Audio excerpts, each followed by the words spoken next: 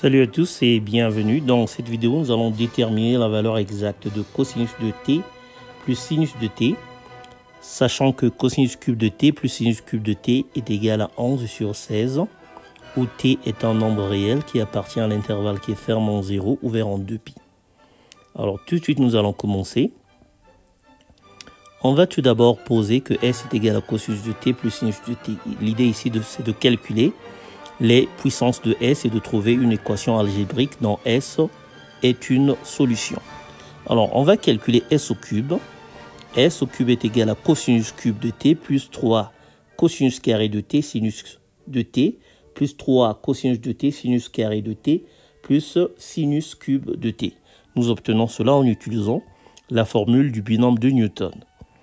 Alors, on va rapprocher les deux termes cubiques et on va factoriser cosinus de t multiplié par sinus de t. Et on va donc obtenir que s au cube est égal à cosinus cube de t plus sinus cube de t plus 3 facteur de cosinus de t plus sinus de t facteur de cosinus de t sinus de t. Alors, les deux premiers termes, donc la somme des deux premiers termes, donc cosinus cube de t plus sinus cube de t est égal à 11 sur 16. Et la somme cosinus de t plus sinus de t, nous avons posé que c'est égal à s. On va simplement remplacer. On va donc avoir 11 sur 16 plus 3s facteur de cosinus de t sinus de t. Maintenant, nous allons exprimer cosinus de t sinus de t en fonction de s. Pour cela, nous allons évaluer s carré. Alors, s carré est égal à cosinus carré de t plus 2 cosinus de t sinus de t plus sinus carré de t. On va rapprocher les deux termes qui sont au carré. On va donc avoir que s au carré est égal à cosinus carré de t plus sinus carré de t plus 2 cosinus de t sinus de t. Alors, la somme cosinus carré de t plus sinus carré de t est égale à 1. Et donc, on va avoir que s carré est égal à 1 plus 2 cosinus de t sinus de t, ce qui nous permet d'exprimer le produit cosinus de t sinus de t en fonction de s. Et on trouve qu'il est égal à s carré moins 1 sur 2. Maintenant, nous allons remplacer cela dans la première équation et nous allons trouver que s au cube est égal à 1 16e plus 3s facteur de s carré moins 1 sur 2.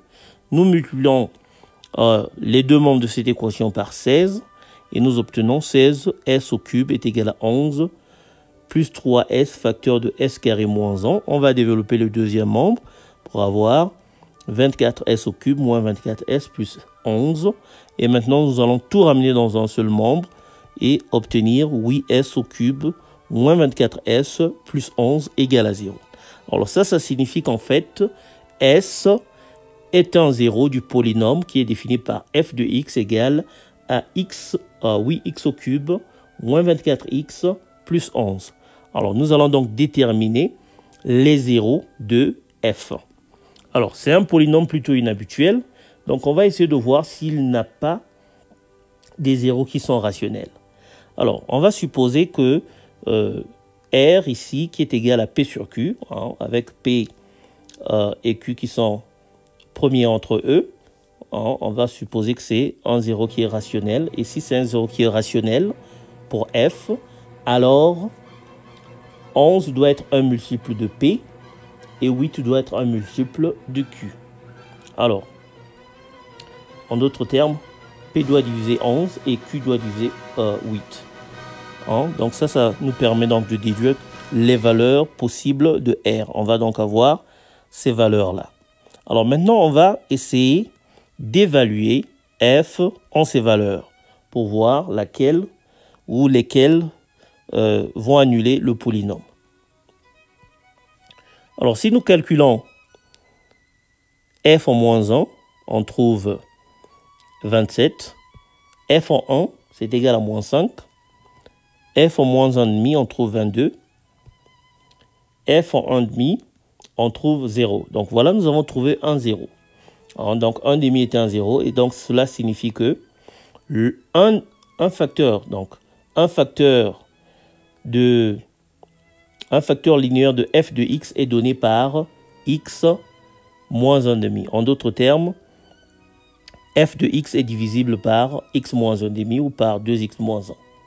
Alors, Cela va donc nous permettre de trouver les autres zéros, étant donné que nous avons un polynôme de degré 3. Si nous le divisons par un polynôme de degré 1, on va trouver comme quotient un polynôme de degré 2. Alors, pour trouver ce polynôme de degré 2, nous allons utiliser la division synthétique. Donc, on va placer un demi, ensuite on va tracer une barre verticale et ensuite une barre horizontale. Et sur la même ligne que un demi, de l'autre côté de la barre verticale, nous allons placer les coefficients de f de x. Alors, on va commencer avec le coefficient qui est attaché au monombre de plus haut degré, c'est-à-dire 8. Après cela, on va passer au degré 2, donc le coefficient qui est attaché au monombre de degré 2, comme il n'apparaît pas, et bien ça va être 0. Et ensuite, on va avoir moins 24 et ensuite 11. Alors, pour effectuer la division synthétique, on va d'abord faire descendre 8 juste en bas de la barre horizontale. On va ensuite multiplier 8 par 1,5. On va trouver 4 et on va écrire 4 juste en dessous de 0, mais au-dessus de la barre horizontale. Et ensuite, on va additionner. On va écrire le résultat en dessous de la barre horizontale. Donc, on va trouver 4. Et on va répéter le processus. Donc, 1,5 multiplié par 4, ça va faire 2. 2 moins 24, ça va faire moins 22. Moins 22 multiplié par 1,5, ça fait moins 11. Moins 11 plus 11, ça fait 0. Donc, ça signifie qu'en fait, les coefficients du quotient vont être 8, 4 et moins 22. C'est-à-dire que f de x est égal à x moins 1,5, facteur de 8x carré plus 4x moins 22. Et donc, on peut dire que f de x est égal à 2x moins 1, facteur de 4x carré plus 2x moins 11. Alors, on va trouver les zéros du polynôme de deuxième degré. On peut utiliser le discriminant réduit. On va donc avoir comme valeur moins 1 plus ou moins 3 racine carrée de 5 sur 4. Alors maintenant, on va voir lesquels parmi ces trois valeurs, parmi ces trois zéros, va être la valeur de S. Alors pour cela, on va regarder dans quel intervalle S va appartenir. Étant donné que S est égal à la somme cosinus de t plus sinus de t, eh bien on peut réécrire S comme étant racine de 2, facteur de cosinus de pi sur 4, multiplié par cosinus de t, plus sinus de pi sur 4, multiplié par sinus de t. Alors, pourquoi? Parce que simplement, cosinus de pi sur 4 et sinus de pi sur 4 sont égaux à 1 sur racine carrée de 2. Alors maintenant, on peut écrire ceci comme étant un seul cosinus. On va donc avoir racine carrée de 2 multiplié par cosinus de t moins pi sur 4. Étant donné que cosinus est borné par, donc est encadré par moins 1 et 1, et bien S va être encadré par moins racine carrée de 2 et racine de 2. Donc, comme nous savons cela, maintenant on va comparer les valeurs que nous avons trouvées aux deux valeurs moins racine de 2 et racine de 2. Alors, on va remarquer que moins 1, moins 3 racine de 5 sur 4, eh ben, c'est inférieur à moins racine de 2. Alors, ça signifie que S ne peut pas atteindre cette valeur. Et moins 1 plus 3 racine de 5 sur 4, eh ben, c'est supérieur à racine de 2.